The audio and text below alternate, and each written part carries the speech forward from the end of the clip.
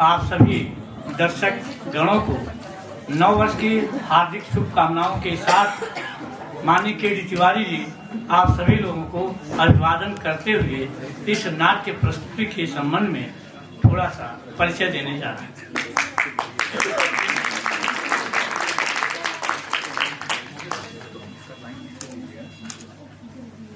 हमारे ग्रंथों में इस बात का परिचय दिया गया है कि साहित्य, संगीत और कला से विहीन व्यक्ति बिना सींग और पूंछ का जानवर है। प्राणी जगत में मनुष्य एक शीर्षस्थ प्राणी है जिसको प्रकृति ने बहुत बड़ा खजाना विवेक, सोचने समझने की क्षमता प्रदान किया है। साहित्य और ऊंचा उठाता है। साहित्य, संगीत, कला, ये तीन विधाएं जो हैं जीवन को मनुष्य जीवन से भी और ऊपर उठाने का कोशिश करता है। तीन प्रकार के आनंद हैं इस जीवन में। एक है विषयानंद, जो भौतिक वस्तुओं को उपभोग करते हुए हम आगे बढ़ते हैं। दूसरा है काव्यानंद या साहित्यानंद। साहित्य के पढ़ने से हम थोड़ा सा आनंद प्राप्त करते हैं, जीवन प्राप्त करते हैं, मुक्ति प्राप्त करते हैं। और अंतिम आनंद है ब्रह्मानंद, ईश्वरानंद। ईश्वर के ध्यान में, ईश्वर के दर्शन में, उनकी भक्ति में अपनी चेतना को डुबोते हैं तो जो आनंद प्राप्त होता है वह ईश्वरानंद है। हम लोग दोनों आनंदों के बीच में विषयानंद, भौतिक संसाधनों का उपभोग करने का जो आनंद शरीर को, पांचों ज्ञानेंद्रियों को प्राप्त होता है वह आनंद विषयानंद है। और साहित्य, साहित्यानंद या काव्यानंद जो है ब्रह्मानंद और विषयानंद दोनों के बीच की कड़ी है, जोड़ता है। आज हम लोग इस सभागार में जो है साहित्यानंद, काव्यानंद, जो दोनों आनंदों की कड़ी है, जोड़ती है, उसके लिए हम बैठे हैं। आनंद ही जीवन का सर्वोत्कृष्टतम वस्तु है। आनंद रहित जीवन जीवन नहीं है। तो साहित्य, संगीत, कला विहीन है, साक्षात पशु पुच्छ विशाल हीन है। साहित्य, संगीत और कलाओं में जिसकी रुचि नहीं है, जिसको आनंद की अनुभूति नहीं है, वह साक्षात क्या है? जड़ है। वह इंसान नहीं है। इंसानियत का नाटक आज हम लोग देखने जा रहे हैं। इंसानियत जो है गरीबी, अमीरी, राग, द्वेष, इन सभी बिंदुओं से ऊपर उठकर विषय है। हम सभी लोग, पूरा दुनिया इस समय धर्म, जात, विभिन्न संप्रदाय, इन सब निम्न कोट की विचारधाराओं में अपने को कुएं का मेढक बना के रखे हैं। इंसानियत खतरे में पड़ती जा रही है। हमारी संवेदनाएं, हमारी सहानुभूतियां, हमारा दर्द, एक दूसरे को समझने का जो भाव है, जो रिश्ते हैं, वो दिन प्रतिदिन खत्म होते जा रहे हैं। इन रिश्तों को हमें बना के रखना है। घृणा से घृणा को नहीं, गंदे पदार्थों से गंदे पदार्थों को धोया नहीं जा सकता है। महात्मा बुद्ध ने कहा है, घृणा से घृणा को आप धो नहीं सकते हैं, घृणा को प्रेम से ही धोया जा सकता है। नाटक में इन संपूर्ण अनुभूतियों को आप देखेंगे और हमें अपेक्षा है कि यहाँ पर आप दर्शक के रूप में कुछ सीख कर जाएंगे। यहाँ नाटक से जो हमारी विषमताएं हैं, जो हमारी अखंडता पर चोट पहुंचती जा रही है, जो हमारी भावनाओं को ठुकराया जा रहा है, हमें जो रंग भेद, जात भेद, भाषा भेद और विभिन्न भेदों में विभाजित किया जा रहा है, उन सब से हम मुक्त होंगे। नाटक में आनंद लेंगे, साहित्य में आनंद लेंगे। तो हम नाटक निर्देशिका महोदया जी से अपेक्षा करते हैं वो समय बताएं कि नाटक प्रारंभ किया जाए। कि अभी हमारे बीच में मुख्य अतिथि महोदया, इसी विद्यालय की प्रधानाचार्य प्रबुद्ध सहनशील, बुद्धिजीवी एवं मातृत्व भाव से प्रभावित माननीय श्रीमती पूनम ठाकुर जी को गुजारिश है कि आप दीप प्रज्वलित कर अष्टम और सद्गमय के मार्ग को प्रशस्त करें। कर्तव्य ध्वनि से अभिनंदन करो भाई।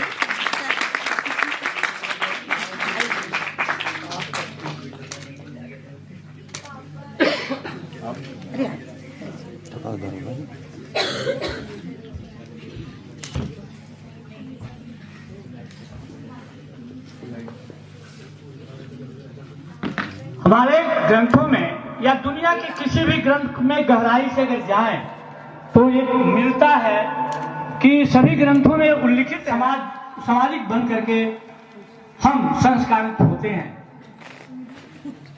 आज जो नाटक प्रस्तुत होने जा रहा है उसका एक सामान्य परिचय। ये नाटक रंगनार एक संस्था है जो मूलतः प्रशिक्षित, अनुभवी व जुझारू कलाकारों का एक दल है, एक समूह है। इनका मूल उद्देश्य, लक्ष्य मात्र नाटक करना या मनोरंजन करना ही नहीं है, बल्कि रंगमंच के विभिन्न आयामों की बारीकियों को समझना व उससे दूसरों को परिचित कराना है। हीरा तराशने के बाद ही चमकदार बनता है। हीरा तराशने के बाद ही चमकदार बनता है। प्रशिक्षण के माध्यम से ही अभिनय कला जो है तरसती है, तराशी जाती है और वह रंगमंच को रंग प्रदान करती है।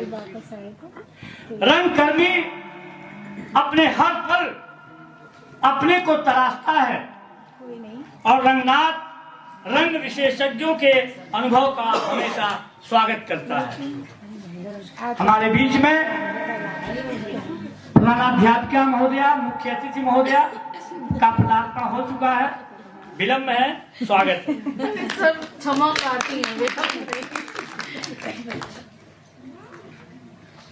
रंगनाथ के माध्यम से संवेदना, महत्वाकांक्षा, आत्मविश्वास, बुद्धिशीलता व विचारों को सृजनात्मक रूप देना और मनुष्य को सामाजिक, राजनैतिक गतिविधियों एवं अपने अधिकारों से परिचित कराना है। उनमें आत्मविश्वास की भावना को संचालित करने का प्रयास करना है।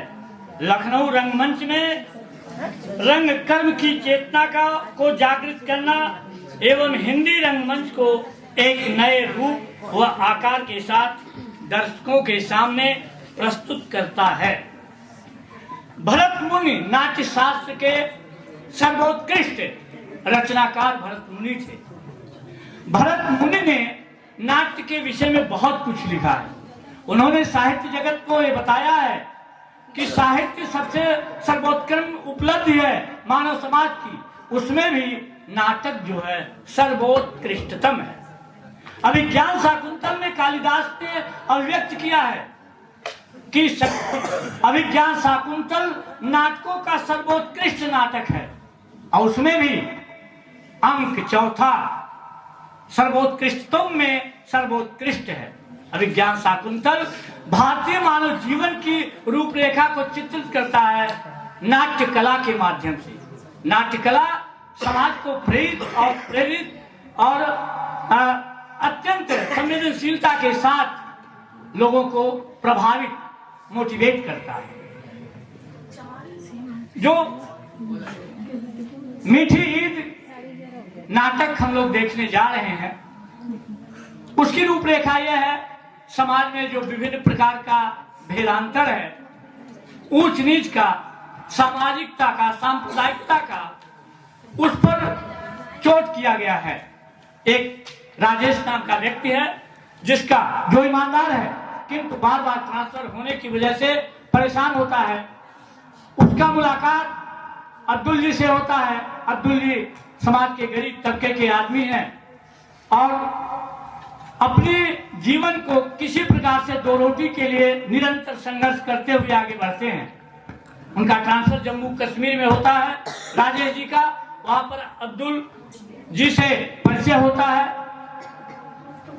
और वहां पर इस प्रकार से एक दूसरे के सहानुभूति संवेदनाओं के साथ दोनों का तालमेल बैठता है और वे उसकी गरीबी में भली प्रकार से सहयोग करते हुए ईद पर्व मनाते हैं और अंत में सब कुछ बता देंगे तो नाटक के प्रति रुचि आपकी कम रहेगी, लेकिन हम अपेक्षा करते हैं नाटक को बड़े ध्यान से देखेंगे, बाद में प्रश्न आपसे पूछा जाएगा। इसी के साथ नाटक प्रारंभ होने जा रहा है।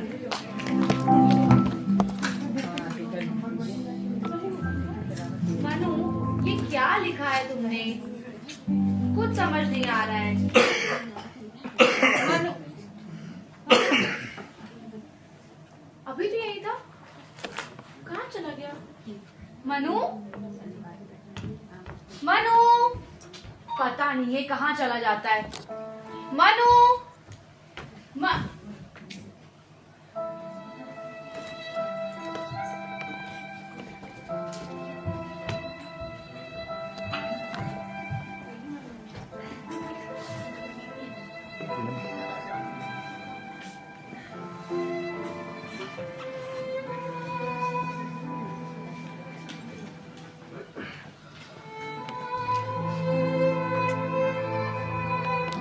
अच्छा खासा घर है, एक परिवार, बीवी, बच्चे, पर नहीं, कभी सुनी है तुमने किसी की?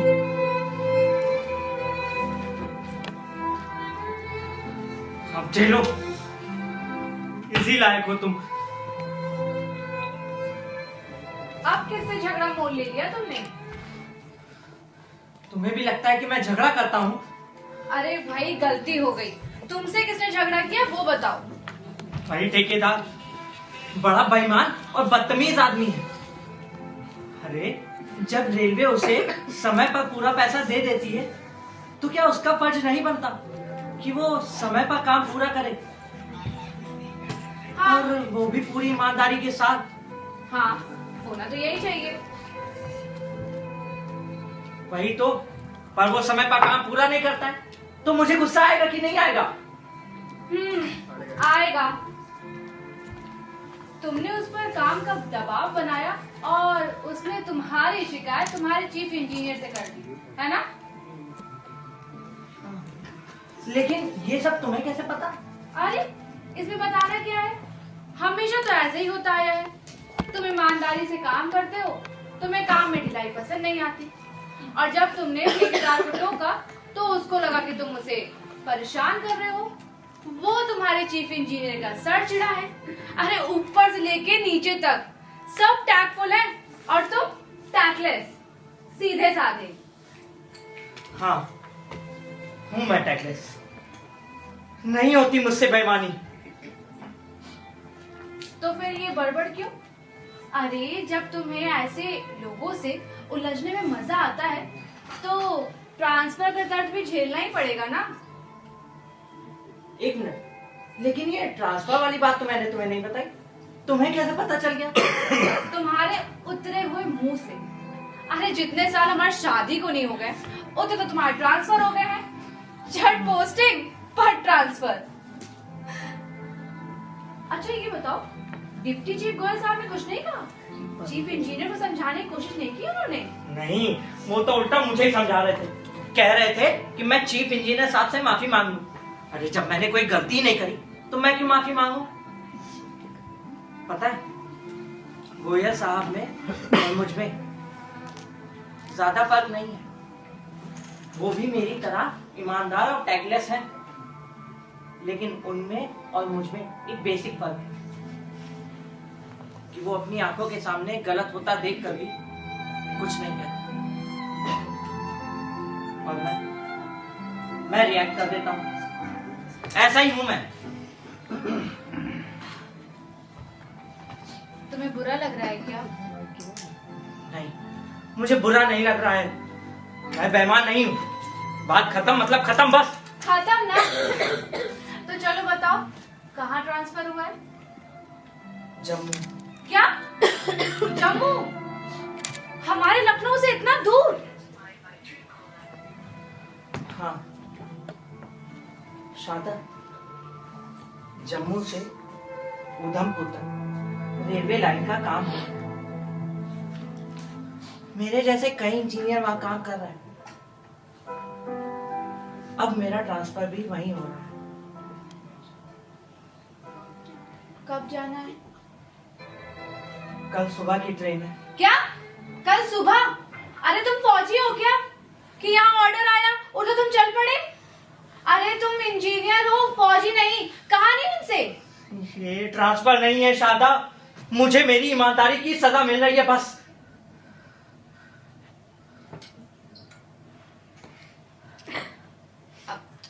कमाल करते हो।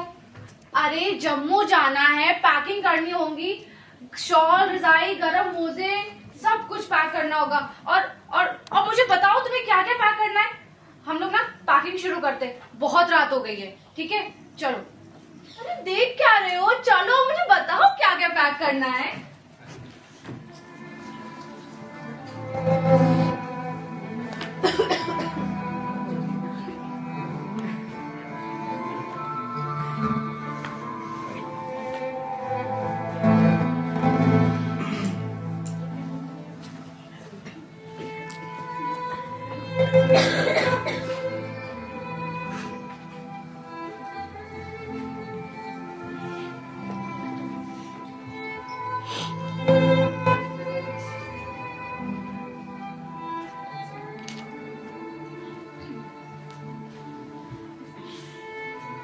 नींद नहीं आ रही है?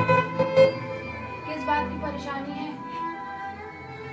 तुम लोग को छोड़कर जाने का बिल्कुल मन नहीं कर रहा है मेरा।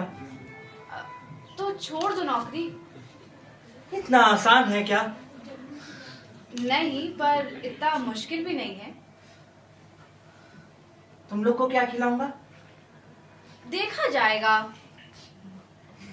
देखना, एक दिन छोड़ ही दूंगा ये नौकरी और फिर सारा समय तुम्हारे साथ बिताऊंगा। तब तक कहीं मैं बूढ़ी ना हो जाऊं। मेरे पीछे बहुत झेलना पड़ता है ना तुमको। मुझे नहीं, बच्चों को भी।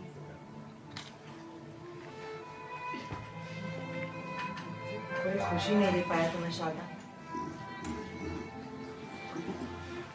अपने उसूलों की वजह से।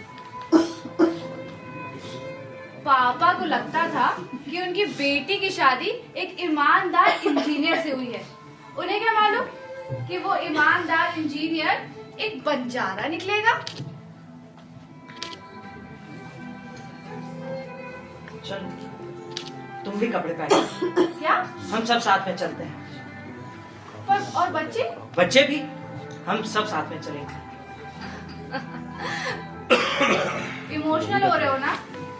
हाँ, हो तो रहा। एक काम कर सकते हैं, तुम वहां जाकर भी ना किसी से झगड़ा कर लेना, बस तो तुम्हारा ट्रांसफर फिर से यहाँ हो जाएगा। चले आना हमारे पास। हाँ, नॉट अ बैड आइडिया। लेकिन इस बात की क्या गारंटी है कि वो वापस मेरा ट्रांसफर लखनऊ ही करेंगे? अगर उन्होंने मेरा ट्रांसफर जम्मू से कन्याकुमारी कर दिया तो? क्या?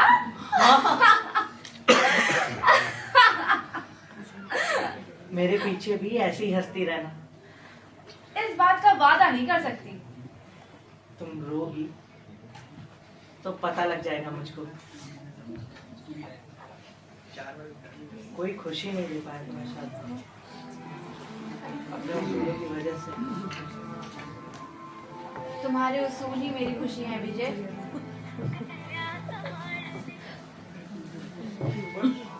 आखिर ऐसी क्यों? झगड़ा क्यों नहीं करती? बदल क्यों नहीं देती मुझको और लड़कियों की तरह? अरे क्योंकि मैं बदलना ही नहीं चाहती। अपनी आत्मा को मारकर जीना भी कोई जीना है। तुम जैसे हो, वो क्या कहते हैं, इसी पर्सनालिटी, इसी अंदाज को, तुम्हारे इसी तरह के होने मैं पसंद करती हूँ। एक जिद्दी अड़ियल विजय तुम। हाँ, तुमको रोना अलाउड नहीं है। ये कहना तो अलाउ है कि मैं तुमसे बहुत प्यार करता हूँ। अलाउड है, पर ये कहने की जरूरत है क्या? नहीं।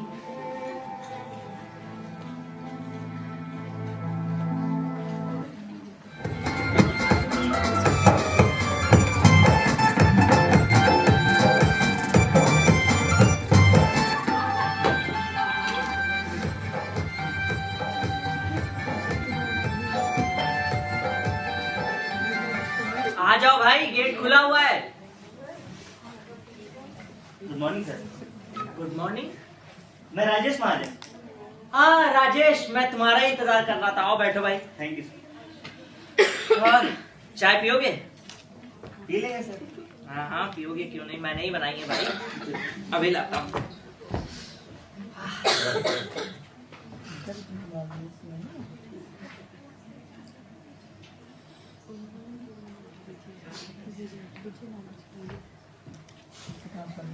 हाँ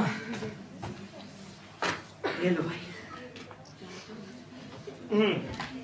बताओ।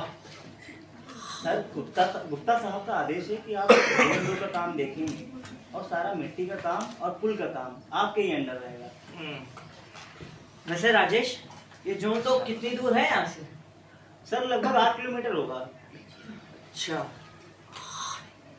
तो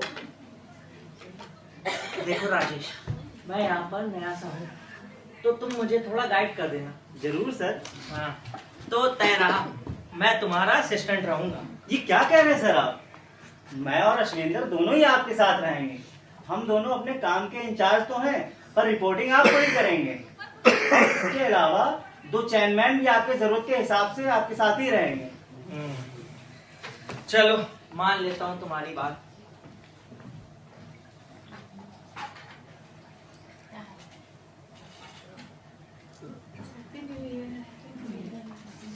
अच्छा राजेश, और कुछ भी है जो मुझे जानना चाहिए? सर अभी तो आपने ज्वाइन किया है। मैं बैग भूल गया हूँ, लेकर आता हूँ। जी।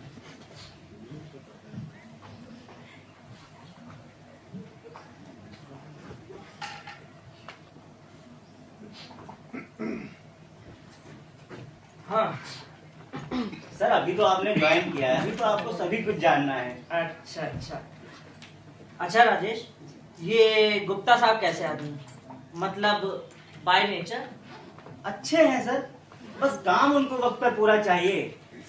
काम में जरा भी ढिलाई पसंद नहीं है उनको। हाँ ये अलग बात है कि कुछ लोग महकमे में उनके चमचे भी हैं, उनको जरा छूट मिल जाती है। और उन्हें कोई कुछ कहता नहीं है?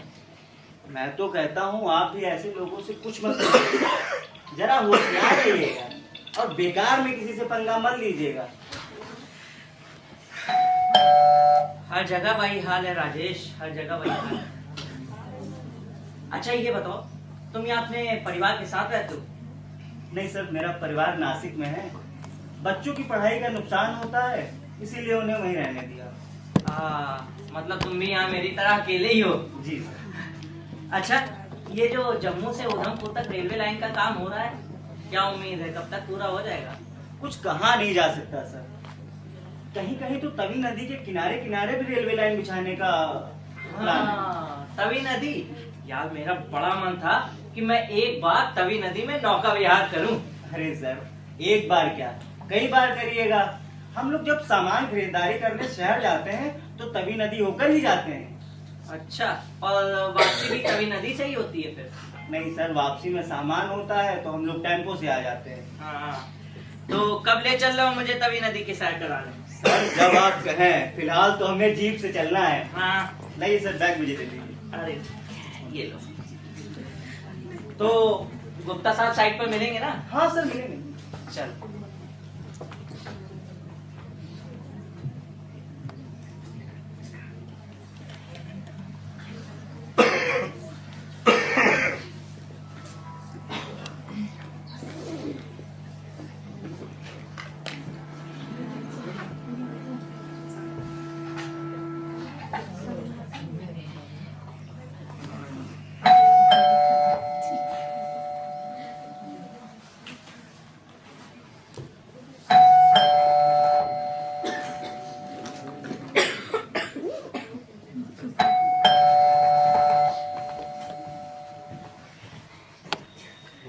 अरे अब्दुल, आओ।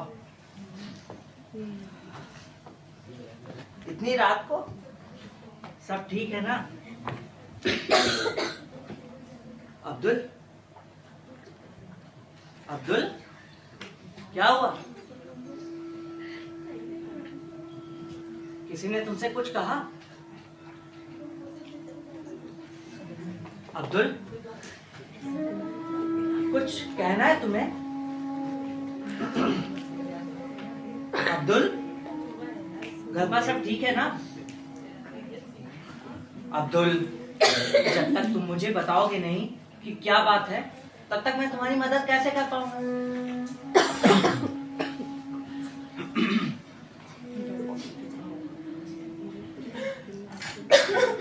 नहीं,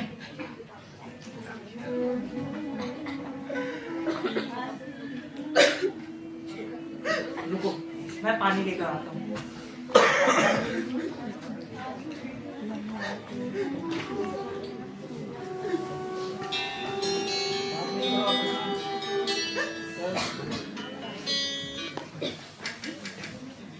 ये लो, पानी पियो।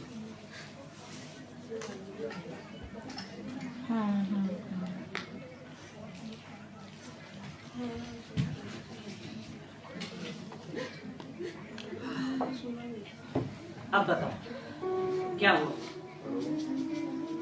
फातिमा, फातिमा, तुम्हारी बीवी, क्या हुआ? ठीक है वो? साहब, कई दिनों से उसे तेज बुखार आ रहा है। तो तुमने उसे डॉक्टर को दिखाया? कैसे दिखाता साहब, एक भी रुपया पास नहीं। तो 2 दिन से घर में चूल्हा तक नहीं जला है। तो तुम्हारे दोनों बच्चे फिरोज और साहिबा, उन्होंने 2 दिन से कुछ नहीं खाया? बकरियों का दूध पीकर रह गए वो दोनों। लेकिन तुम तो अपने अब्बा और अम्मी के साथ रहते थे ना? इस मुसीबत के समय में उन्होंने तुम्हारी मदद नहीं करी? अब्बा अम्मी फातिमा को पसंद नहीं करते हैं। उनकी निगाह में गुनाह किया था मैंने फातिमा के साथ निकाह करके। लेकिन शादी तो तुमने अपनी मर्जी से की थी ना? हाँ, मैं और फातिमा एक दूसरे को चाहते थे, जबकि अब्बा मेरा निकाह किसी दूसरी लड़की के साथ करना चाहते थे। उन्हें वहां दहेज मिल रहा था और फातिमा गरीब घर की बिना बाप की बेटी थी।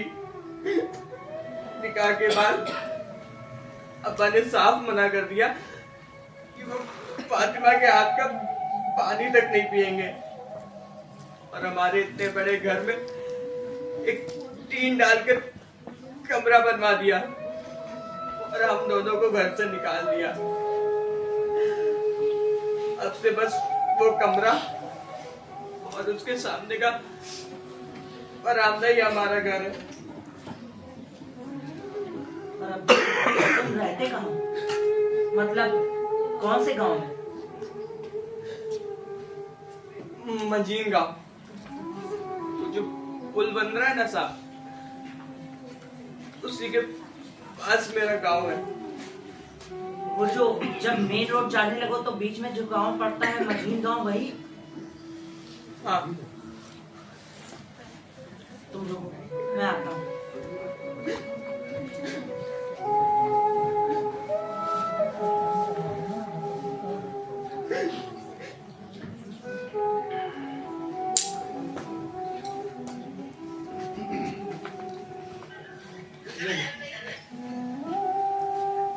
और अपनी बीवी का इलाज करवाओ। चल।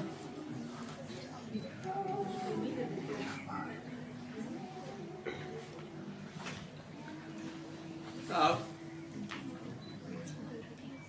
ये पैसे मैं आपसे ना लेता, अगर इनकी इतनी जरूरत नहीं होती। ऐसा मत कहो विजय। अब्दुल, तुमने पैसे मांगे थोड़ी हैं। मैं इन्हें अपनी मर्जी से दे रहा हूँ। इस वक्त इन रुपयों की तुम्हें सख्त जरूरत है। आप इस मुसीबत के वक्त मेरे अपनों ने मेरा साथ नहीं दिया, यहाँ तक मेरे खुद के अब्बा अम्मी ने मेरा साथ नहीं दिया, और आपने मेरा साथ दिया।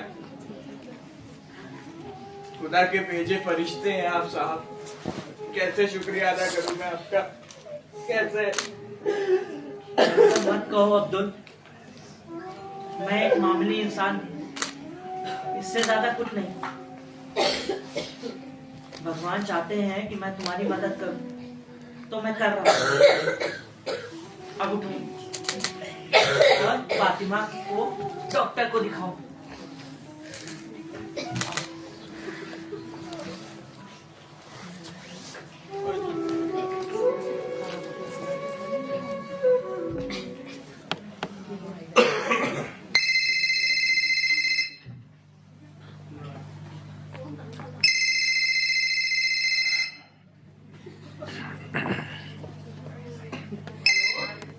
हेलो, क्या हाँ? कर रहे थे?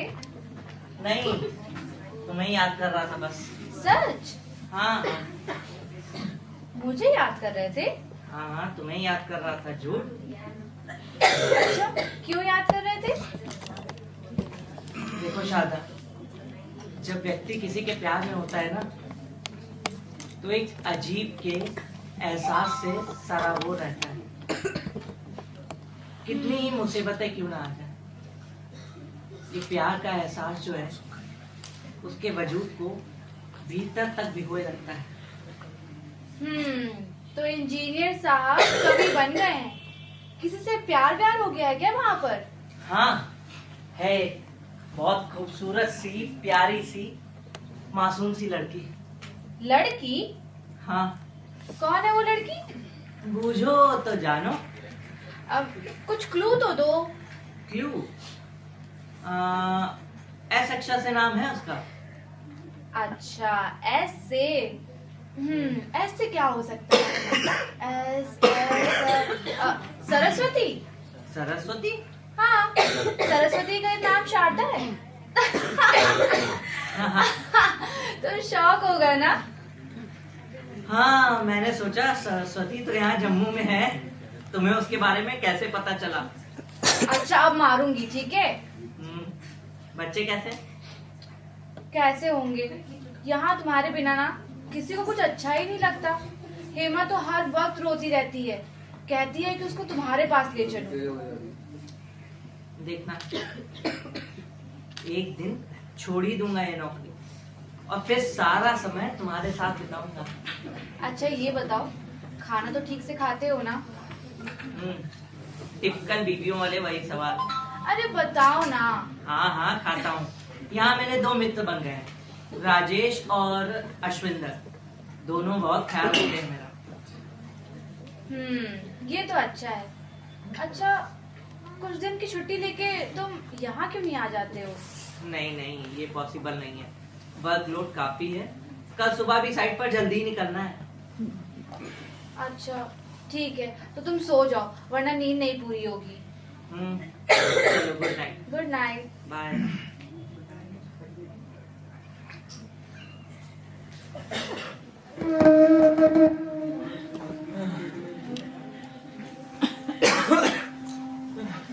तुम्हारे हाथ तो तप रहे, बुखार बहुत तेज है, तुम्हें दवा की सख्त जरूरत है। कहाँ से आएगी दवा? 2-4 दिन में बुखार अपने आप ठीक हो जाएगा। 2 दिन तो हो गए, 2 दिन और सही। ये बुखार अपने आप ठीक होने वाला नहीं है। मेरा बुखार भी दवा खाने के बाद कम से कम तुम साहब से पैसे लेकर मेरे लिए दवा ना लाते तो मैं भी ठीक नहीं हो पाई। आज चौथा दिन है, काम पर भी नहीं जा पा रहे हो। पहले मेरी वजह से और अब अपने बुखार की वजह से।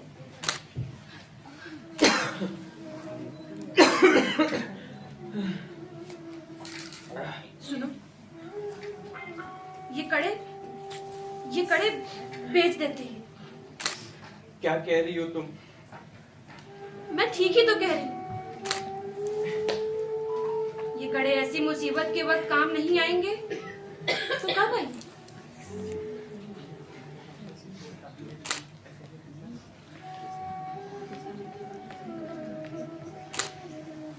इसे भी शादी के इतने साल हो गए, एक भी जेवर नहीं बनवा पाया मैं तुम्हारे लिए। अब ये कड़े बचे हैं, इन्हें भी बेच दूंगी? नहीं, मुझसे नहीं होगा ये। जेवर औरत के जिस्म पर तभी अच्छे लगते हैं जब उसका शौहर सलामत। क्या करूंगी इन जेवरों का? अगर तुम्हें कुछ हो गया तो? कुछ नहीं होगा मुझे, ठीक हो जाऊंगा मैं। सब मेरी ही गलती है। मुझसे निकाह करने की अच्छी सजा मिल रही है तुम्हें। तुम्हारे अम्मी अबू वो भी हमारी मुसीबतों में हमारा साथ नहीं देते। हमारे बच्चे अपने पोता पोतियों को पराया समझते हैं। अरे चलो, बच्चे मेरे, मैं पराई, पर तुम तो उनका अपना खून हो ना। क्या इस मुसीबत में वो तुम्हारी मदद नहीं कर सकते? सुनो, तुम कहो तो मैं अम्मी से बात करूं जाकर, उनसे तुम्हारी दवा के लिए कुछ पैसे लेकर आऊं। अम्मी तो आई थी ना, उनने मुझे देखा भी था और वो परेशान भी थी। जरूर उन्होंने मेरी तबीयत के बारे में अब्बा को बताया होगा, लेकिन लगता है अब्बा का दिल जरा भी नहीं पसीजा। ऐसे में तुम्हारे जाने से और कहने से भी कुछ नहीं होगा। जानती हो ये सब क्यों होता है? गरीबी की वजह से। अगर आज हमारे पास भी पैसे होते तो अब आप पुरानी बातों को भूलकर हमें माफ कर देते और तुम्हें और बच्चों को भी अपना लेते। गरीब घर की लड़की से निकाह किया है तुमने, अपने भी छूट गए। क्या मिला मुझसे प्यार करके? अगर यही मैं तुमसे पूछूं कि क्या मिला तुम्हें मुझसे प्यार करके? ये गरीबी, ये तकलीफें, कुछ भी तो नहीं कर पाया मैं तुम्हारे लिए। सुनो, तुम्हारी दवा लाना बहुत जरूरी है। मैं लेकर आती हूँ। ये कड़े नहीं चाहिए मुझे, तुम्हारी जरूरत है मुझे। सुनो, आज और रुक जाओ। कल तक अगर बुखार ठीक ना हुआ तो चली जाना, बेच देना अपने कड़े। नहीं रोकूंगा तुम्हें। एक दिन में और क्या ही हो जाएगा, बल्कि बिना दवा खाए बुखार बढ़ ही जाएगा। कहाँ जाओगी इस वक्त? शाम ढल रही है, किसे बेचोगी कड़े? कल चली जाना बस। या खुदा, गरीब और लाचारों से उनके अपने मुंह मोड़ लेते हैं। ये तो सुना था, महसूस भी किया, पर क्या तू भी उनको पराया कर देता है। तू भी नहीं सुनता उनकी।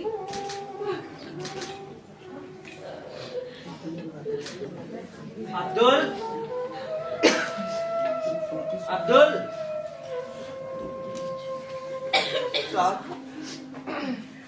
नहीं नहीं, लेटे रहो, उठने की जरूरत नहीं है। अरे अब्दुल उठो नहीं। आइए ठीक है। क्या हुआ अब्दुल? तुम्हारी तबीयत तो ठीक है ना? फातिमा की तबीयत कुछ ठीक हुई थी, मुझे बुखार चढ़ गया। तो ये मैं कहूँ, मैं 3 दिन से ऑफिस के काम में इतना बिजी था कि साइट पर जा ही नहीं पाया। आज गया तो पता चला कि तुम आ ही नहीं रहे। बहुत तेज बुखार है इन्हें। तुमने इसे दवा दी?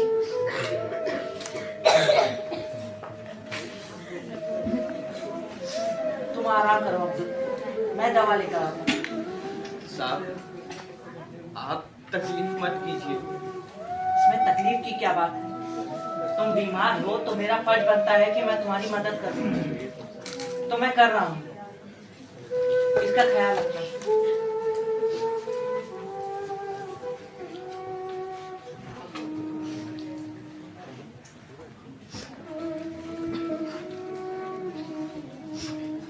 तुम कहती थी ना कि खुदा गरीब और लाचारों की नहीं सुनता।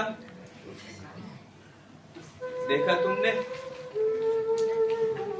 भेज दिया ना उसने अपना बंदा। अल्लाह सब देखता है। अल्लाह तेरा लाख लाख शुक्र है।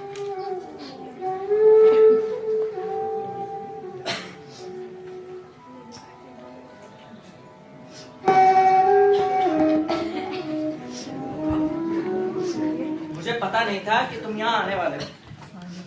कोई बात नहीं सर, आज आप साइड से काफी पहले निकल गए थे तो मुझे लगा शायद आप घर पर ही होंगे, मगर जब मैं यहाँ आया तो पता चला आप सामान लेने शहर गए हुए हैं। अरे मैं सामान लेने नहीं गया था, मैं कुछ दवाएं लेने गया था। साथ में थोड़ा बहुत सामान भी ले आया। दवाएं? तबीयत तो ठीक है ना सर आपकी? हाँ मेरी तबीयत ठीक है। अब्दुल की तबीयत थोड़ी खराब है। हाँ शायद उसकी पत्नी की तबीयत बहुत खराब थी। मुझे भी यही लग रहा था और यही देखने मैं उसके घर गया था। आप अब्दुल के घर गए थे? उस मजदूर के घर? वो मजदूर है तो क्या हुआ, है तो इंसान ही। और अच्छा ही हुआ कि मैं उसके घर चला गया। उसके घर गया तो पता चला कि फातिमा की तबीयत तो ठीक हो गई है, अब अब्दुल की तबीयत खराब। पहले फातिमा, फिर अब्दुल, और घर के ऐसे बुरे हालात, और 2 छोटे छोटे बच्चे भी। मैंने जब फातिमा से पूछा कि उसने अब्दुल को दवा दी तो उसने नाम ऐसे हिलाया। कहाँ से देती, पैसे ही नहीं होंगे बेचारी के पास। तो इसलिए आप दवा लेकर आए? हाँ, तभी मैं डॉक्टर के पास गया। डॉक्टर ने कुछ दवाएं लिखी तो वही लेने मैं शहर गया था। साथ में थोड़ा बहुत सामान भी ले आया। खैर तुम बताओ, तुम यहाँ किस पे आए? कुछ अर्जेंसी थी क्या?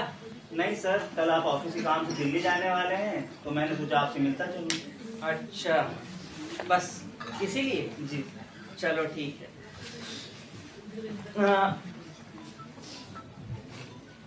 मैं दवाइयाँ कुछ लेकर के बस निकल ही रहा हूँ। मगर सर अभी तो काफी रात है और आप इस वक्त? अरे हाँ, इसी वक्त जाऊंगा। अगर नहीं गया तो रात भर तड़पेगा बेचारा। लाइए ये दवा मुझे दे दीजिए, मैं अब्दुल को दे दूंगा। अरे नहीं नहीं, मैं खुद अपने हाथों से उसे दूंगा। देख लूंगा तो दिल को तसल्ली मिल जाएगी। बड़ी बेचैनी सी हो रही है। चलो ठीक है, निकलते हैं। चलिए मैं आपको अब्दुल के घर छोड़ देता हूँ। ठीक है, वहाँ से तुम अपने घर निकल लेना, मरीन गाँव मुझे छोड़ देना बस। नहीं सर, साथ में ही दोनों लौटेंगे। मैं आपको यहाँ छोड़ दूंगा, फिर मैं निकल जाऊंगा। चलो ठीक है जी आइए।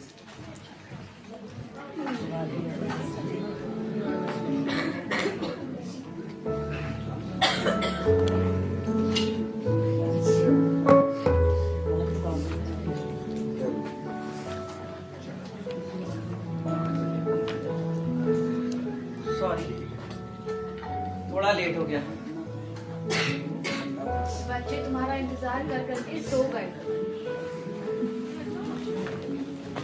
वो आज आखिरी दिन था ना, इसीलिए थोड़ा सा लेट हो गया। कैसा काम है तुम्हारा? 6 दिन की छुट्टी के लिए आए पर तुमको बिल्कुल समय नहीं मिला हमारे लिए, बच्चों के लिए। कैसी नौकरी है ये? इतने ईमानदारी से तुम काम करते हो, काम पूरा वक्त पर पूरा करते हो। तुम्हारी तारीफ करना तो दूर, उल्टा डिपार्टमेंट तुम्हें सजा देता है, तुम्हारी ईमानदारी की सजा। कैसी दुनिया है ये? मेरी ईमानदारी की कोई कीमत नहीं है इस डिपार्टमेंट में शादा, मैं जानता हूँ यार। इस दुनिया में ईमानदारी की कोई कीमत नहीं है। ये मेरा अपना कमिटमेंट है। मुझे खुशी मिलती है कि जब मैं कमीशन ना लूं, बेईमानी ना करूं।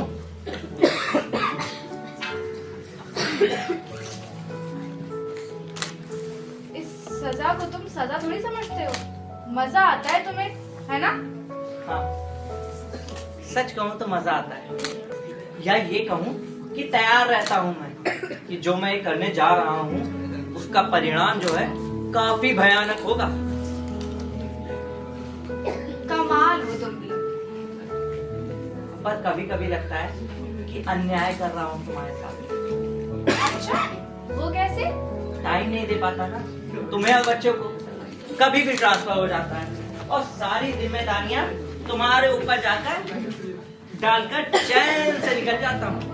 अच्छा, तो अब सोच रहे हो क्या ये सब? सोचता हमेशा, मेरे पीछे बहुत देखना पड़ता है। एक तरह से अन्याय कर रहा हूँ तुम्हारे साथ।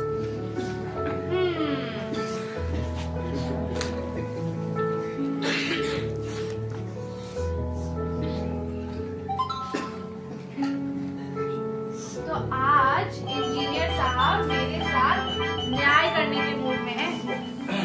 इसका मतलब तुम कल नहीं जा रहे हो, ठीक? हाँ, तुम कहो तो ना जाऊं, जो होगा देखा जाएगा। नहीं, तुम्हें क्या लगता है मैं इतनी सेल्फिश हूँ क्या कि अपने लिए तुम्हें यहाँ रोक लूंगी?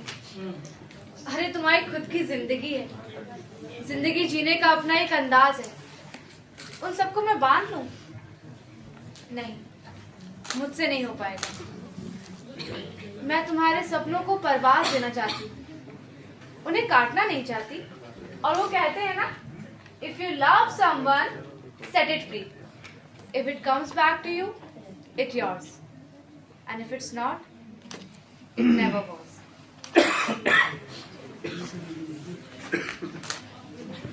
ऐसी कैसी होती? इतना प्यार करती हो मुझसे, एक साधारण से व्यक्ति से। एक्चुअली ना तुम अपने आप को बहुत डिग्रेड करते हो। अरे तुम साधारण नहीं असाधारण हो।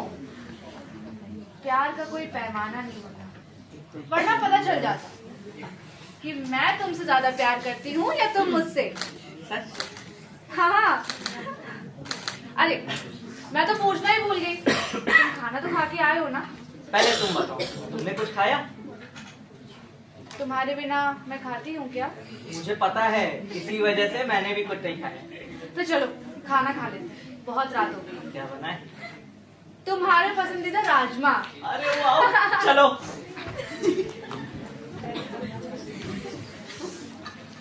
अच्छा किया आपने अब्दुल को अपने पास ही रख लिया। आखिर चैन में जोधार भी है, किसी न किसी को तो रखना ही था। सर ये लोग भी एकदम अलग ही होते हैं। अब बताइए, जोधार शादी करने के लिए गांव चला गया, अब पता ही नहीं कब आएगा। चला गया तो चला गया। अरे यार, सबकी अपनी जिंदगी है, सबको खुशी मनाने का अधिकार है। और अब्दुल को देखा तुमने? आज जब साइड पर चल रहा था, अपने सर पर तसला रखकर, तो टांगे कांप रही थी उसकी। कल जब मैं उसे देखने गया था तो काफी ठीक था, और आज देखा तो आप दिल्ली से वापस लौटते ही तुरंत गए थे अब्दुल के घर? उसे देखना बहुत जरूरी था। जब 6 दिन पहले मैं वापस लखनऊ गया था ना, तब बहुत बुरे हाल थे उसके। पानी पियोगे? हाँ।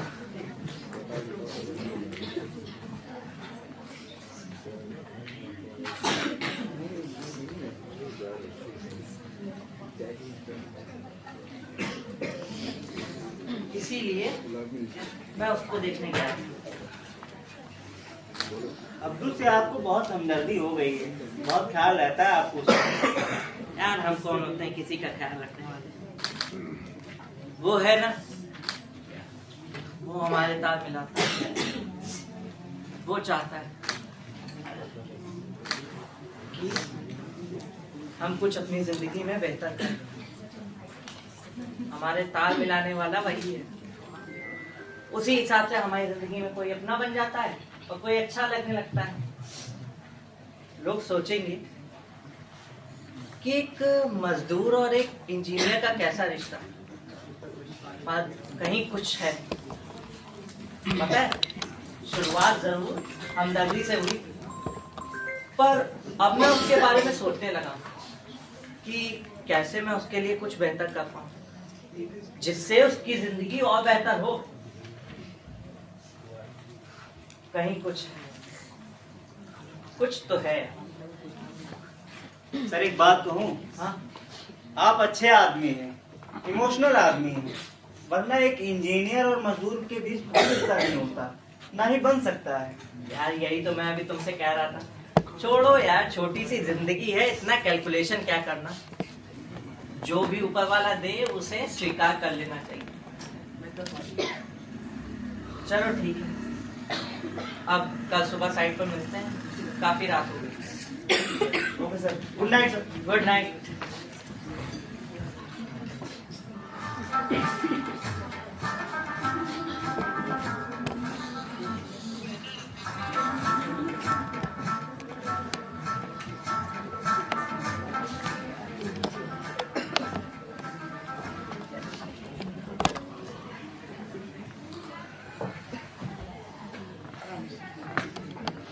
अरे यार,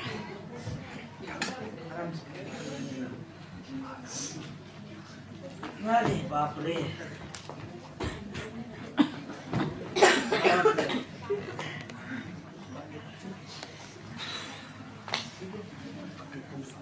अरे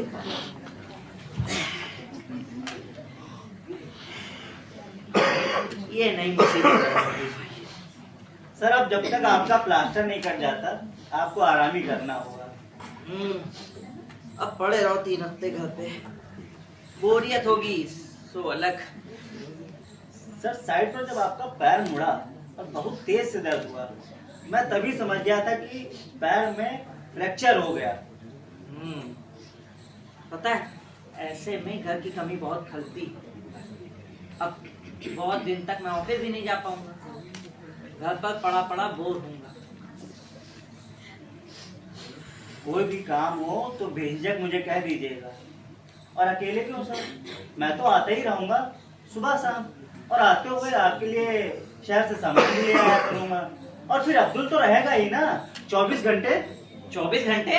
अरे नहीं नहीं, अब्दुल का भी अपना घर है, परिवार है। नहीं साहब, जब तक आपकी तबीयत ठीक नहीं हो जाती, घर परिवार कुछ नहीं।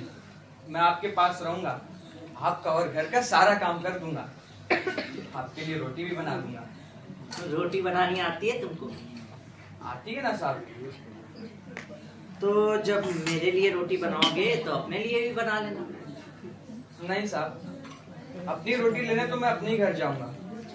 आने जाने में जितना वक्त लगेगा बस उतनी ही देर बाहर रहूंगा, बाकी सारा समय आपके पास। आपको किसी भी चीज की परेशानी नहीं होने दूंगा। मुझे लगता है चिंता करने की कोई बात नहीं है। अब्दुल अपना काम अपनी पूरी जिम्मेदारी के साथ संभाल लेगा। और हाँ, एक बात फिर से कहता हूँ, अगर आपको आधी रात में भी मेरी जरूरत महसूस हो तो आप बेझिझक फोन कर दीजिएगा, मैं हाजिर हो जाऊंगा। आधी रात में तो मैं सो रहा हूँ भाई। आराम से आराम से आराम से। बहुत दर्द हो रहा है भाई। चलो ठीक है, तुम निकलो, बहुत साथ दिया तुमने आज, अब आराम करो। अब्दुल, इन्हें छोड़ो। अब्दुल ध्यान रखना सर का। हाँ।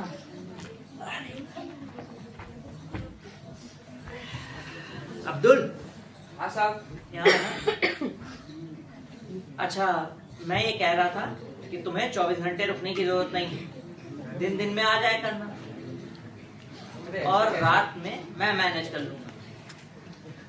अरे ऐसे कैसे साहब, आपको परेशानी होगी, बाथरूम जाना होगा, पानी पीना होगा और बीच बीच में भूख भी लगेगी, कैसे होगा? मैं रह जाऊंगा आपके पास, आपको परेशान नहीं करूंगा। चलो, मैं अपनी परेशानी के लिए नहीं कह रहा हूँ भाई, मैं तुम्हारे लिए कह रहा हूँ। साहब वैसे भी मैं कब सारा वक्त घर पर रहता हूँ, सुबह साइट पर चला जाता हूँ, फिर रात को वापस लौटता हूँ। 2-3 दिन रात को अगर घर पर नहीं पहुंचूंगा तो फातिमा सब सामान देगी। बहुत समझदार है वो। और थोड़ी देर के लिए तो मैं जाया ही करूंगा, तो बच्चों से भी मिलूंगा, अगर मिलने को जरूरत होगी तो वो भी देख लूंगा। ठीक है, मान लेता हूँ तुम्हारी बात। अच्छा साहब कि दवा का समय हो रहा है, पानी लेके आता हूँ।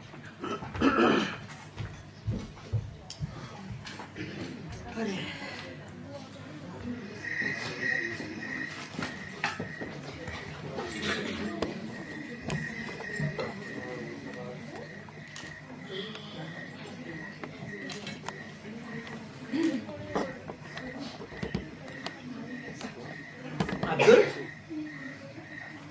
अब्दुल। हाँ साहब, कुछ चाहिए? नहीं, ऐसे कैसे सो रहे हो तुम? आराम से लेट कर सो जाओ। ठीक है साहब। मैं कह रहा हूँ ना, सो जाओ।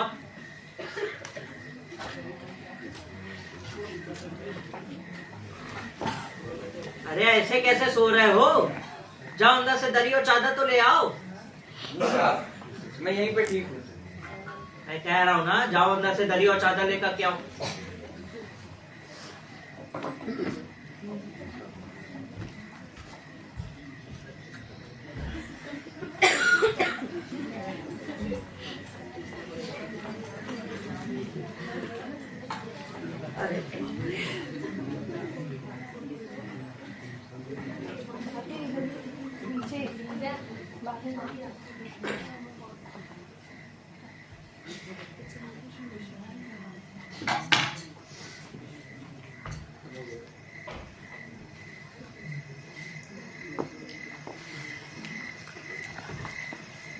नीचे बिछा लो आराम से।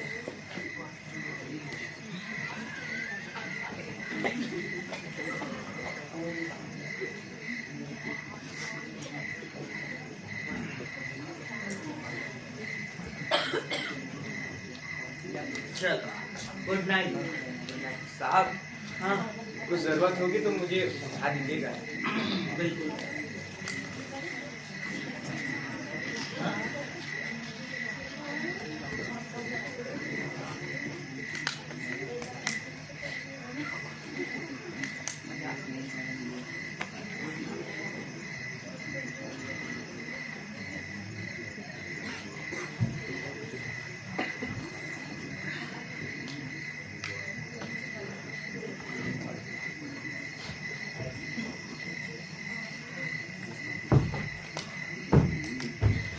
साहब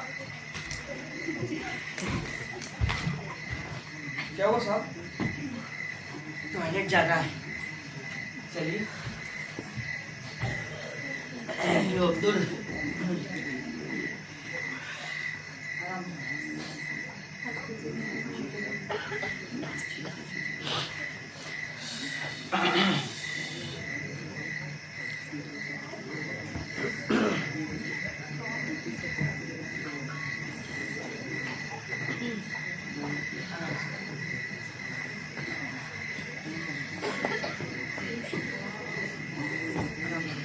नहीं आगे बढ़ा।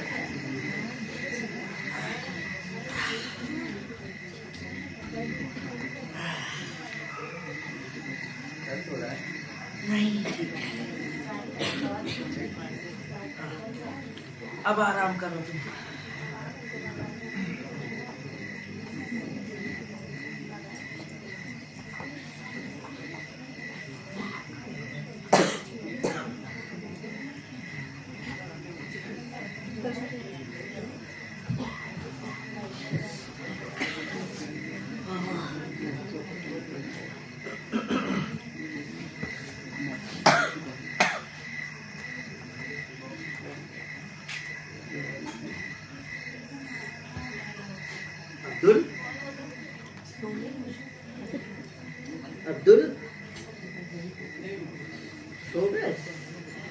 हाँ सर।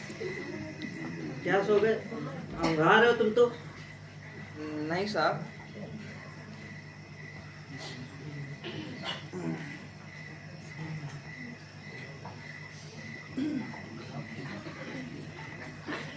चलो ठीक। Good night Abdul.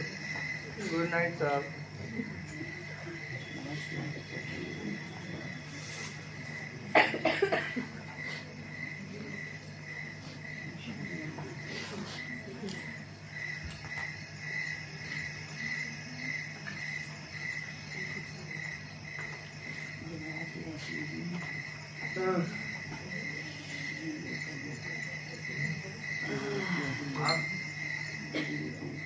साहब हाँ आपको दवा दे दूं? टाइम क्या हुआ अब्दुल?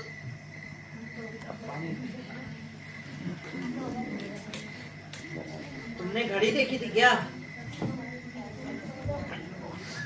नहीं साहब, आपको दर्द हो रहा था और आप दर्द से कहरा रहे थे, तो सोचा आपको दवा दे दूं, आराम मिलेगा। थैंक यू अब्दुल, तुम्हारा बहुत साथ है।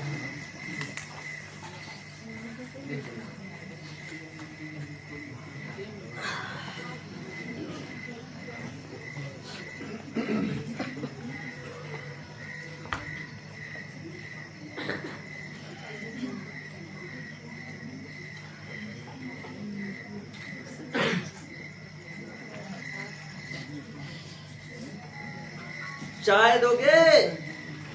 सुबह हो गई भाई। अब्दुल चाय। आया साहब। अच्छा अब्दुल, हाँ साहब। ईद कब है? बस आने वाली है साहब। तो तुम घर क्यों नहीं चले जाते? अभी 5 दिन है साहब ईद को। कल आपका प्लास्टर कट जाएगा तो 2 दिन के लिए मैं घर चला जाऊंगा। अच्छा, और क्या दरवाजे पर कोई है क्या? देखा।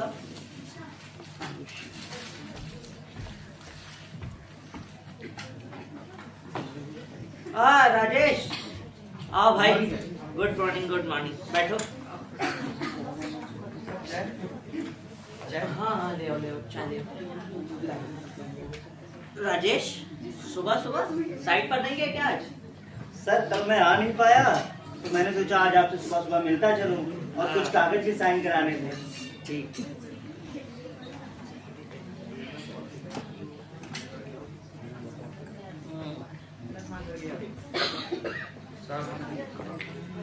रखो भाई, चाय रखो।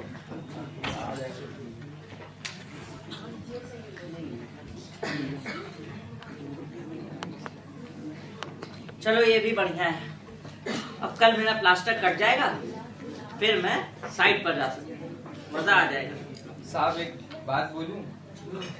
कहो भाई। कल आप साइट पर मत जाइएगा, ऊंची नीची जमीनें हैं, कहीं फिर से आपके पैर में तकलीफ ना हो जाए। मुझे लगता है अब्दुल ठीक कह रहा है सर।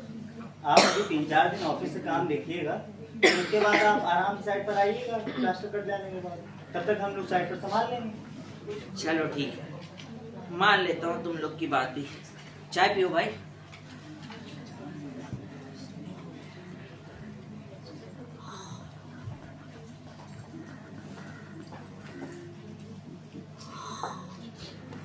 हेलो। आज तो घर पर ही होगे ना? हाँ, आज घर पर ही हूँ, आज ईद है ना। अच्छा, क्या कर रहे थे? कुछ नहीं, बरामदे में बैठा था, लोगों को बागे बाहु की तरफ जाते हुए देख रहा था। लोगों के चेहरे पर अजीब सी खुशी का एहसास है। बागे बाहु, ये क्या है? बागे बाहु, बागे बाहु यहाँ से समझ लो एक तरीके का पार्क है, जहाँ पर लोग आते हैं, एक दूसरे से मिलते हैं। अच्छा, हमें लग रहा है कोई गेट पर है। मैं तुमसे बाद में बात करता हूँ। अच्छा अच्छा, ओके। चलो शारदा।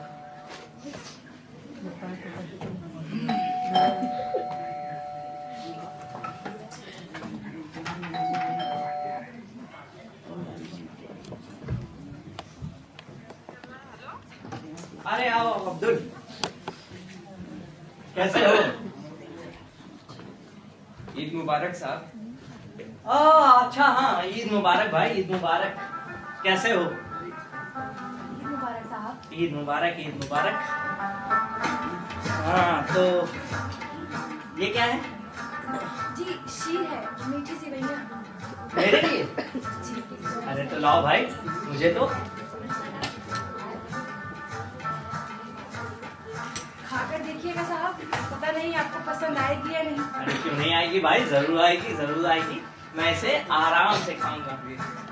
तो अब्दुल जी। फातिमा के कड़े ईद की भेंट चढ़ी गए मुझे लग रहा है। पूरी तरह से ईद के भेंट नहीं चढ़े हैं साहब। पूरी तरह से क्या मतलब है? साहब, हम गरीब लोग, कुछ जरूरत ऐसी आन पड़ी थी कि गांव के काजी से हमें 3000 रुपए कर्ज देना पड़ा था। बात ये हुई थी कि ईद आने तक हम उनके वो 3000 रुपए चुका देंगे, मगर पैसे ही नहीं जुटा पाए।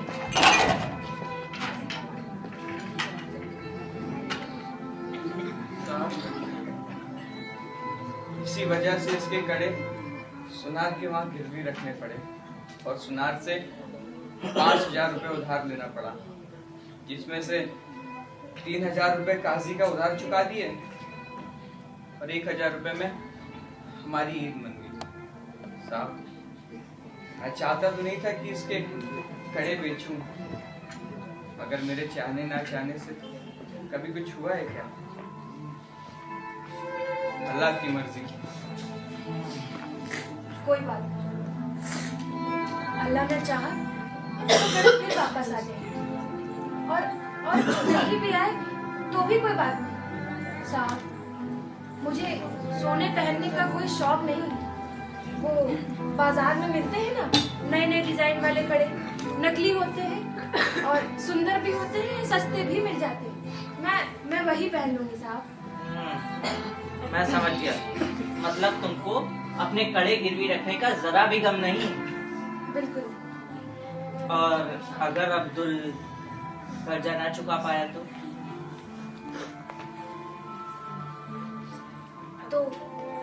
अल्लाह की मर्जी।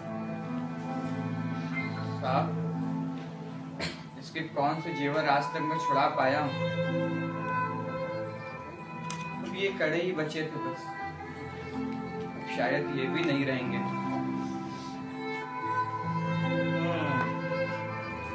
अच्छा अब्दुल, तुमने कड़े किसके पास गिरवी रखे हैं? मतलब कौन से सुनार के पास? वो जो सीधी सड़क जाती है ना साहब, उसी के दाएं हाथ पे आदिल की दुकान पड़ती है, उसी के वहां गिरवी रखते हैं। अच्छा अच्छा अब्दुल, मैं एक बात सोच रहा हूँ, क्यों ना जो 5000 रुपए है सुनार को मैं दे दूं और कड़े अपने पास रखें। जब तुम्हारे पास रुपए हो तो तुम कड़े मुझे वापस दे देना, कर्जा मुझे वापस दे देना और कड़े ले जाना। कैसा रहेगा? साहब, ये तो बहुत अच्छा होगा कि कड़े उस सुनार के पास रखने के बजाय कड़े आपके पास रहे, और सुनार लोगों का तो काम ही है ना जाने कब किसे उठाकर बेच दे। और आप जैसे नेक इंसान जिनके पास रहेगा अगर कड़े, तो उन्हें खोने का भी डर नहीं रहेगा, और मैं आपको 5 पैसे देके कड़े छुड़ा दूंगा। ठीक है ना फातिमा? ये बढ़िया रहेगा। तो कल क्या हुआ? साहब, ये आपके 1000 रुपए। नहीं, ये मैं नहीं ले सकता। ये कब दिए मैंने? वो जो आपने फातिमा की बीमारी पर मुझे दिए थे। लेकिन मैं ये नहीं ले सकता, वो बात खत्म हो गई। नहीं साहब, अगर आप ये पैसे नहीं लेंगे तो मैं आगे से आपसे कोई मदद नहीं मांग पाऊंगा। रख लीजिए। ठीक है। मैं ये रुपया रख लेता हूँ।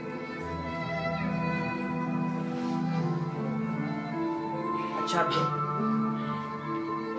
कल सुबह ही हम सुनार की दुकान पे चलते हैं।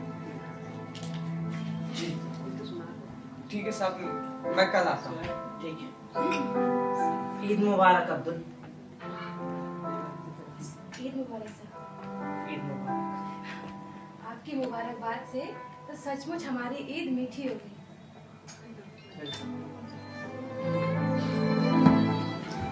तैयार भी हो गए? हाँ पर अभी तो काफी वक्त है। हाँ हाँ, अभी अब्दुल के घर भी जाना है। अच्छा, तो आप पहले अब्दुल के घर जाएंगे? हाँ, उससे बिना मिले कैसे जा सकते हैं? सर एक बात कहूँ, आपका जम्मू से लखनऊ ट्रांसफर हो जाना आपके लिए अच्छा हो सकता है, पर हमारे लिए नहीं। क्यों भाई? आप चले जाएंगे तो कुछ अच्छा नहीं लगेगा, काम में मन ही नहीं लगेगा, वो जोश ही नहीं रहेगा सर। ऐसा मत कहो भाई, मेरा भी अपना घर है, परिवार है।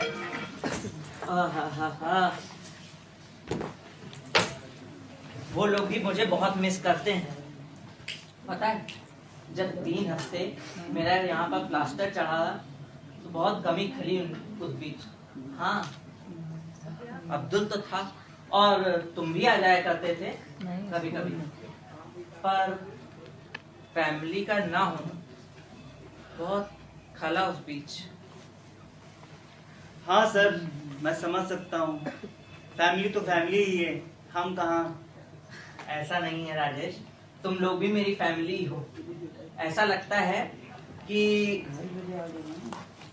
मैं अपनी फीलिंग्स को शब्दों में बयां नहीं कर पा रहा हूँ। ऐसा लगता है जैसे मैं बहुत खुश हूँ कि अपने परिवार से मिल रहा हूँ, पर बहुत दुखी भी हूँ कि तुम लोग को छोड़कर जा रहा हूँ। तुम लोग एक परिवार सा बन गए हो यार। एक अजीब सी मिक्स्ड फीलिंग हो रही है। जिंदगी भी बड़ी अजीब है सर, अनजान लोगों से मिलाती रहती है।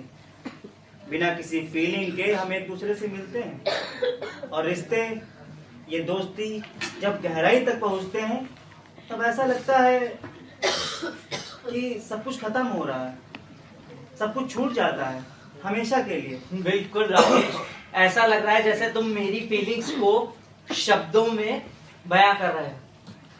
वैसे लखनऊ बहुत ज्यादा दूर नहीं है, जब चाहो तब आ सकते हो। चलिए सर, मैं आपको छोड़ देता हूँ अब्दुल के। चलो ठीक।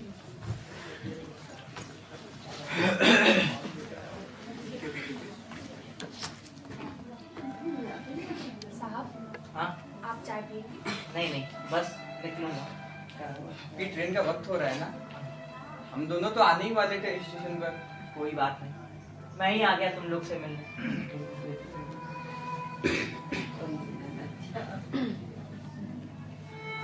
ये लो, साहब, इसमें क्या है? खोल कर देखो।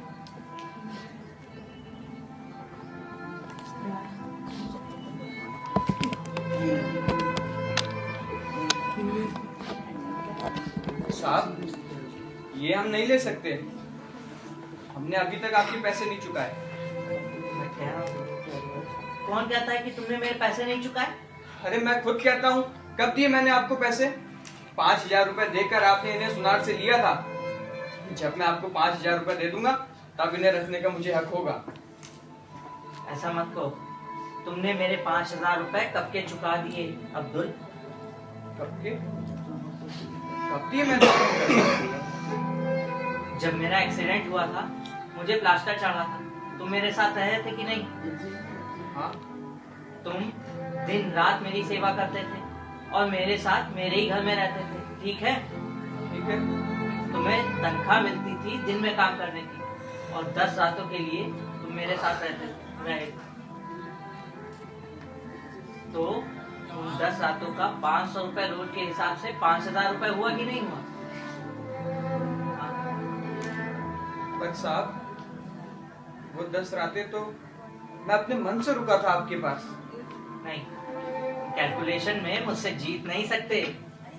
और अभी तो मैंने सिर्फ 10 रातों का हिसाब किया है, और तो मैंने कुछ जोड़ा भी नहीं। पता है, अपनी बीमारी और एक्सीडेंट के चलते इस बार तुम्हारे बच्चों को मैं ईदी भी नहीं दे पाया, और तुम्हारा बड़ा कर्जा है मुझ पर, जिसे मैं कभी चुका नहीं पाऊंगा। साहब, हमें छोड़कर मत जाइए। नहीं, ऐसा मत करो। ऐसे करोगे तो मैं जा नहीं पाऊंगा। नहीं साहब, आपका भी अपना परिवार है, बीवी बच्चे हैं, उन सबको आपकी जरूरत हमसे भी ज्यादा है, मगर हम आपको कभी भूल नहीं पाएंगे साहब। नहीं, तुम पैर मत छू। तुम्हारे धर्म में पैर छूना नहीं है। साहब, आप तो धर्म से भी ऊपर हैं साहब। खुश रहो अब्दुल।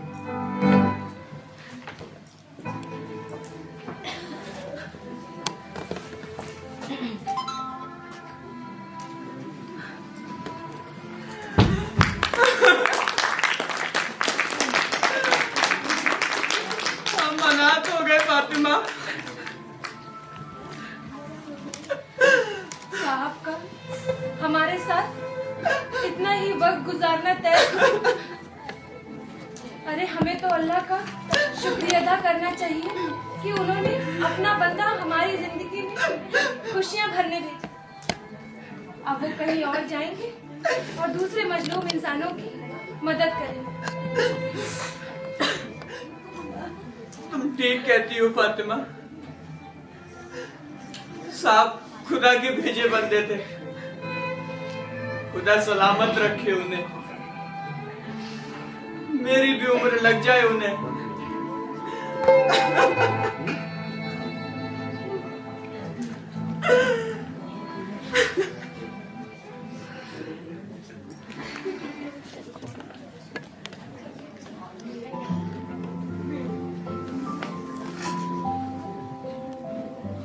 इतनी सुबह सुबह कहाँ जा रहे हो? अरे ऑफिस जाना हो भाई, और कहाँ? अरे पर आज तो संडे है। हाँ। तुम ना बाहर रह के कुछ ज्यादा ही वर्कaholic हो गए हो। पता है शादा, जम्मू में भी ऐसा ही होता है। मैं तैयार होकर ऑफिस के लिए निकल जाया करता, और फिर रास्ते में याद आता था कि आज तो संडे है, तो कभी पार्क, कभी बागे बागो, तो कभी बाजार निकल जाया करता, और फिर लौट कर वापस आ जाया करता। वहां तुम नहीं थी ना ये बताने की कब संडे है कब मंडे है। पर अब मैं हूँ इंजीनियर साहब, और आप घर वापस आ चुके हैं। ये लीजिए। सेवैया,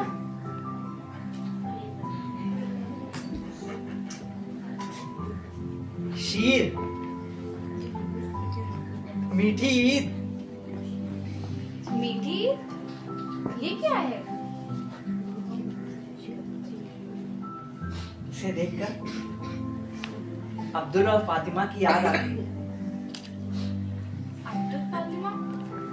मीठी? अरे तुम इतने दिनों बाद लौट के आए हो, घर में इतने सब खुश हैं, मैं खुश हूँ, बच्चे खुश हैं। मीठी सेवइयों का प्रसाद चढ़ाया था, ये वही है। और ये अब्दुल फातिमा कौन है? कहाँ हैं ये लोग? अब्दुल फातिमा वो यहाँ है, मेरे दिल में, और हमेशा रहेंगे।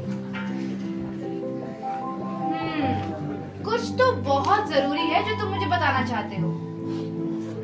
तुम सचमुच सुनना चाहती हो? हाँ? तो आओ बैठो। चलो, अब्दुल से शुरुआत करो। अब्दुल एक एंजल, एक फरिश्ता जो जम्मू मेरी सीमेंट के चादर वाले मकान में आसमान से उतरा।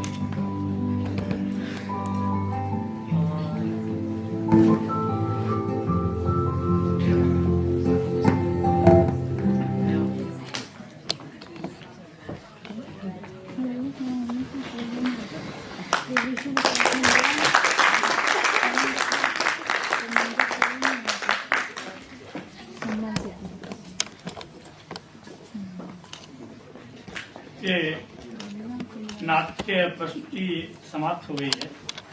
अब मंच पर थोड़ा परिचय और नाटक में बौद्धर्म जो भारतीय या विश्व धर्म का सिद्धांत है, प्रसाद जी ने एक कामायनी ग्रंथ लिखा है, उसमें अभिव्यक्त है कि विषमता की पीड़ा से स्पंदित हो रहा है विश्वमान, यही सुख दुख विकास का सत्य, यही भूमा का मधुरता। ये अमीरी गरीबी हानि लाभ जय पराजय, इन सारे विषमताओं से ही ये धरती का जो भूमा का है, तान है, राग है, जो जीवन का चक्र है, ये चलता ही रहेगा। प्रसाद जी ने लिखा है, जीवन की बलवेदी पर परिणय हो विरह मिलन का, सुख दुख दोनों नाचेंगे, है खेल आंख का और मन का। तो यही इसका सभी ग्रंथों का, सभी शास्त्रों का यही मूल मंत्र है। और सबसे बड़ा मंत्र यह है कि हम जहाँ कहीं रहें, अष्टादश पुराणेषु व्यासस्य वचनं द्वयम् परोपकारः पुण्याय पापाय परपीडनम्। केवल मूल सिद्धांत व्यास जी ने 2 लाइनों में लिख दिया है कि दूसरों की भलाई करना क्या है, पुण्य है, और किसी भी प्राणी को या किसी भी व्यक्ति के दिल को, आत्मा को दुखाना सबसे बड़ा पाप है। तो हम यहाँ संकल्प लेते हैं कि हम परोपकार करेंगे, दूसरे का मदद करेंगे, सहयोग करेंगे, किसी के आत्मा को दिल दुखाने का प्रयत्न कभी नहीं करेंगे। तो मंच परिचय में विजय जी, प्रखर द्विवेदी, शारदा भावना गुप्ता, राजेश आकाश यादव, अब्दुल कृष्ण, फातिमा भूमिका गुप्ता। हम इस मंच से फातिमा के कंगन के लिए 100 रुपए का, 101 रुपए का पुरस्कार, इनका कंगन पुनः बन गया। और अब्दुल के बीमारी के लिए 101 रुपए का उपचार हेतु मैं अभी मेरे पास छुट्टे नहीं है, मैं उधार ले करके अपने प्रधानाचार्य से उधार लेकर मैं दे रहा हूँ, आपको मैं कल दे दूंगा। हम दे रहे हैं अभी आप लोग, अत्यंत भावनात्मक। हाँ, मंच पड़े लोगों का प्रथम मैडम हमें 200 रुपया उधार दीजिए, भगवान भला करेगा। हम दे देंगे 500, 500 हम दे नहीं सकते। मंच परिकल्पना आर्यन भारद्वाज जी, आर्यन भारद्वाज, नीतीश शर्मा। मंच सामग्री अनुश्री जैसर शोभा, अनुश्री जैसर शोभा। वेशभूषा शिल्पी दुबे, ब्रोशर पोस्टर आद्या मिश्रा, निलेशिका जी की पुत्री हैं, डायरेक्टर साहब की साहिबा की पुत्री हैं Aadya Mishra. Video photo Harry Tiwari, Harry Tiwari. संगीत भी आद्या मिश्रा। प्रकाश राहुल शर्मा, प्रस्तुतकर्ता रोजी मिश्रा जी। आप व्यवस्था शरद दुबे रवि, नाट्य रूपांतरण प्रेरणा अग्रवाल, नहीं, परिकल्पना निर्देशन देवाशीष मित्र, आपके स्वामी, मैडम के स्वामी हरिबहन। तो 500 उधार अगर आप लोग कोई दे दे तो मैं यहाँ 100 मिल गया, 100 नहीं आ पा।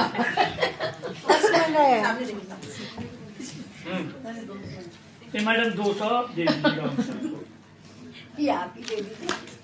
तो कहाँ है दोनों कंगन वापस और आप इलाज करा लीजिएगा।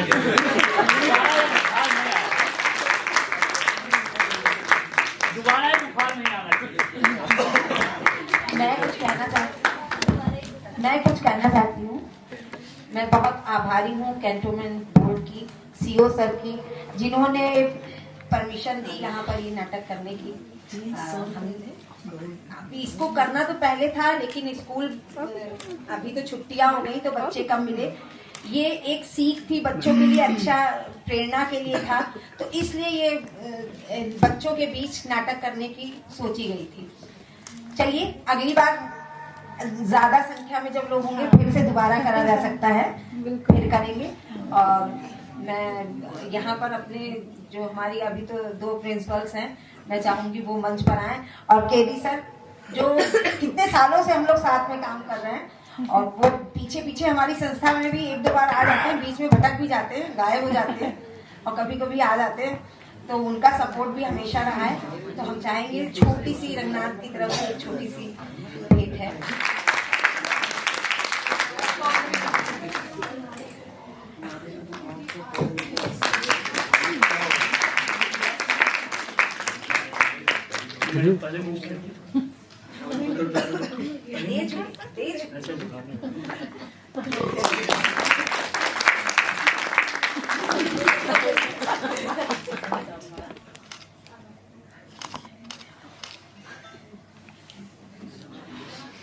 मैं आप लोगों की बहुत आभारी हूँ जो छुट्टी में थोड़ा सा समय निकाल कर आप लोग आए।